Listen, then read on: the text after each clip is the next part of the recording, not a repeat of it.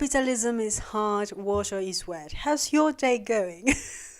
This video is a sort of rewind of 2025 and how everything is interconnected, because it is. I haven't been able to make a lot of videos. I haven't been able to even get funky on my own because I have work mainly and I have studying. Those are my two priorities. But it turns out I am in burnt out, have been for a while. And there's this thing which I have always struggled with, which is being painfully aware of my situation. But being aware of it doesn't mean that you have an answer, or it doesn't mean that you have ways in which you can deal with those things. So here I am, finding myself completely burnt out, not only by work itself, but by so many other things happening and going on, not only in my personal life, but also worldwide. And I am incredibly lucky and incredibly privileged in so many ways. And that's something that I've been trying to focus on. I've been trying to focus on the good days at work. I've been trying to do one day at a time. One day at a time. I do need to get kind of ready for the days that I know it might be harder. And the issue, however, is that it gives me a little bit of anxiety. So I find myself dreading going to work some days because I know those days might be hard. And that's not okay. That's a red flag. So I need to, I came to the realization that I cannot keep on doing that job. Mainly because last year, I have no memory of it. I went places. I had fun. I know I did. But work involves so much of my brain power, emotionally and then physically, that I have no real memory of that year. Besides that, I know that I worked. And that's it. I did other stuff, and I know because I like to take pictures, I like to make videos, and I did a diary. So I know I did other stuff, but the fact that work took so much out of my life, it's fucked up, and I don't want that. Of course, the reality is that even though I am incredibly privileged in so many ways and incredibly lucky in so many others, the reality is that I cannot just quit my job and find another one because I know the job situation is not great. So I need to really think it through. I need to really understand myself a little bit better. I have ideas. I have thoughts on how to deal with it. But, I need to still keep on grinding. And I hate this word. And this is where I hate capitalism. Because I find myself also dumb scrolling, which is a very classical sign of burnt out. And, I find a lot of things of DIY and creativity and all of this nice stuff that I find any other time of the year. But what's so interesting is that I start falling down into the trying to help in life, right? Like tips, especially if you're neurodivergent, which is the other thing that I've been dealing with in the last couple of years, is how to deal with your own neurodivergence, your disability, and needing to live in the world that we live in. Because I want to still be an active part of society, but I don't want to go into burnt out all of the time. And so it's been a really interesting journey. And once in a while, I get information on the internet and social media. But it's so fascinating to me that it starts with help. Tips if you're neurodivergent, tips if you're this, tips if you're that. And it starts to fall down into ways to make money. And I hate that. I hate that because I don't like capitalism. I really don't.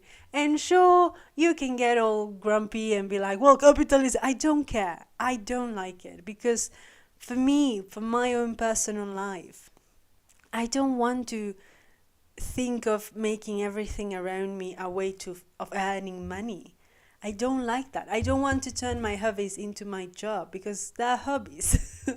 They shouldn't be my job. I want them to not have anything to do with me earning or not earning money.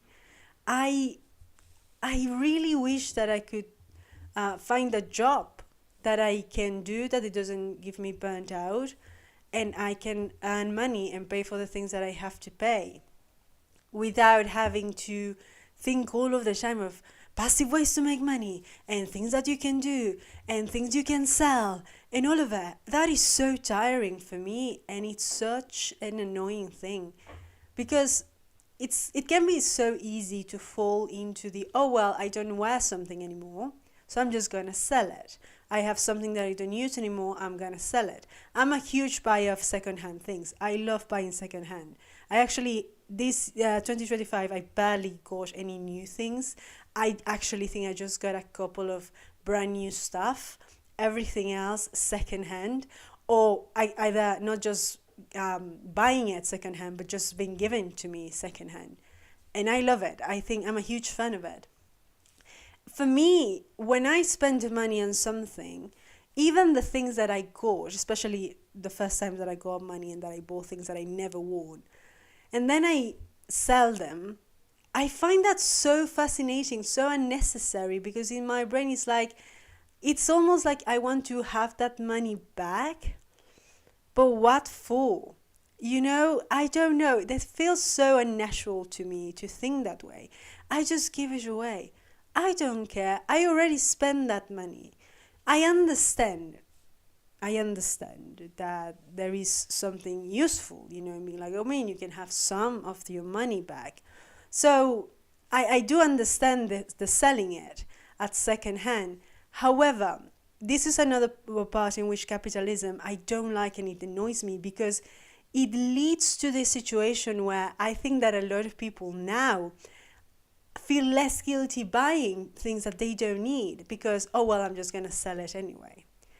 And that is still the cycle of capitalism and overconsumption.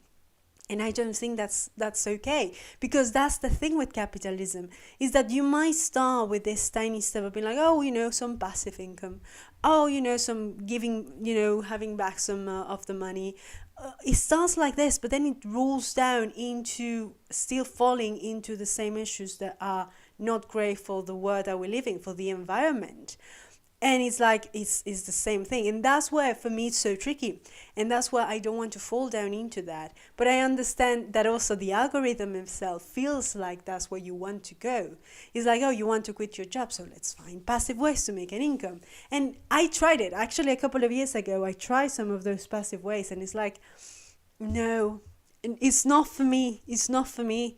If it is for you, that's lovely. That's great. Absolutely. I'm not telling other people how to live their life, but it's something that I don't want to. I don't want to, in my free time, be thinking about passive ways to make money.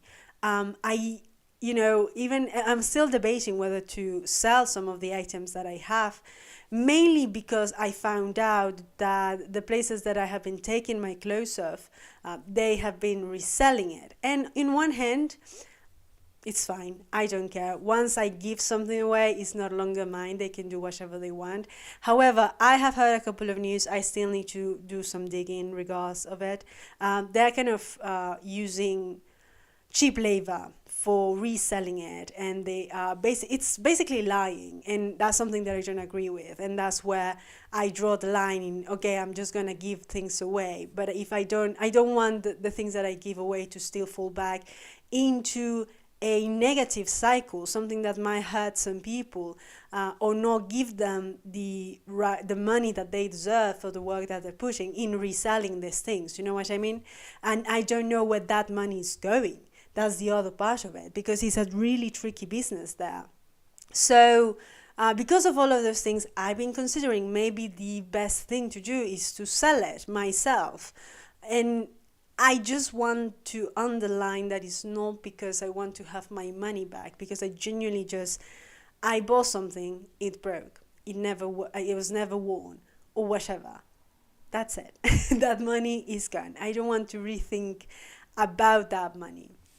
But of course, it's a reality to think about money and to get your finances. And that's something that especially in the next couple of months, I think I'm going to have to become even more picky with my expenses, because in the case that I decide to leave my job, it's not certain that I'm going to find something else right away. And so there is this whole dynamic that you need to think. But that is the balance, right? That is the tricky thing with adulthood, between understanding your priorities, understanding your responsibilities, economical especially, and understanding where you can, work it out in order for it not to be a terrible life.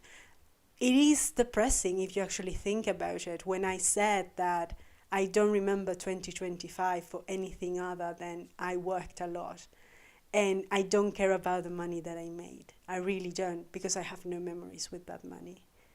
I don't want that. I don't want to live in that scenario. I don't want another year to pass by where everything that I have was anxiety and I can barely eat because I have this thing here, like, oh, I have to go to work and I have to encounter certain situations that I cannot escape because they are part of the job. And I am so overwhelmed that I cannot do anything else. I should be studying. I love to learn. I'm so curious about so many things. And I have the incredible possibility to do so. But I cannot get into it because my brain is so melted because of work that I'm unable to actually do it. That's not okay. I don't like that unless I watch pictures, unless I read my diary. I have no big memories of last year. And I don't want that to be 2026.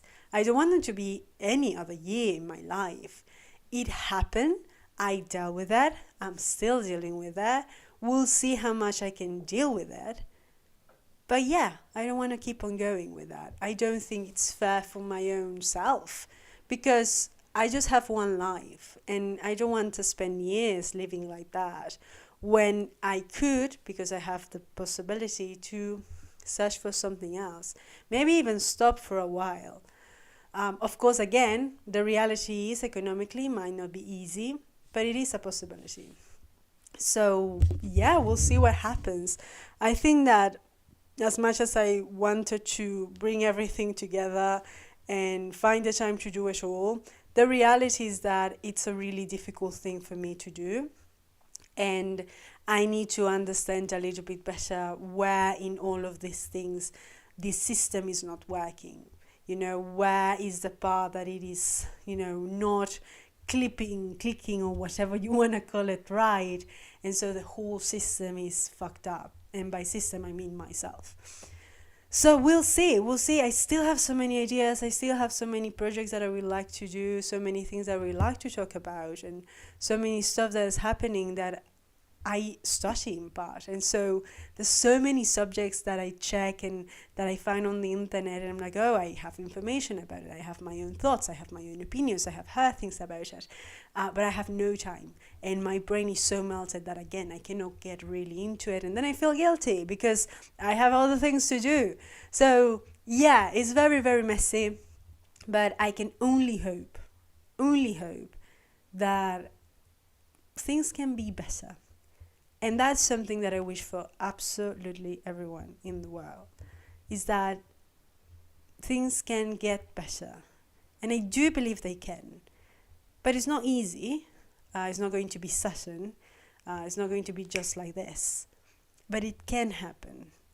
At the end of the day, I think that one of the main things that keeps me up is that I am hopeful. I don't even know where that hope comes from. But I don't know. I just have it. And so I can only hope that your 2025 was slightly less difficult than mine. And if it wasn't, I'm with you. I fully understand. The feeling is valid. Absolutely. And let's hope that we can do better. We can find better for ourselves. At the end of the day, we only have one life. And capitalism is a made-up system at the end of the day, as well as so many other things that we find ourselves pushing ourselves to do and to fall back into. They're made up. So once in a while, I think it is important to take a step back and be like, do I really need to get into it? No. And it might lift some of the heavy weight that we all carry, because we all live in this world and we all have to deal with that. So yeah, these are my New Year's Eve thoughts. And I hope they made sense because this is not scripted at all. I'm just sitting here talking about it. And yeah, that's it. I hope you have a lovely day. I hope you have a lovely year. See you in the next one. Bye.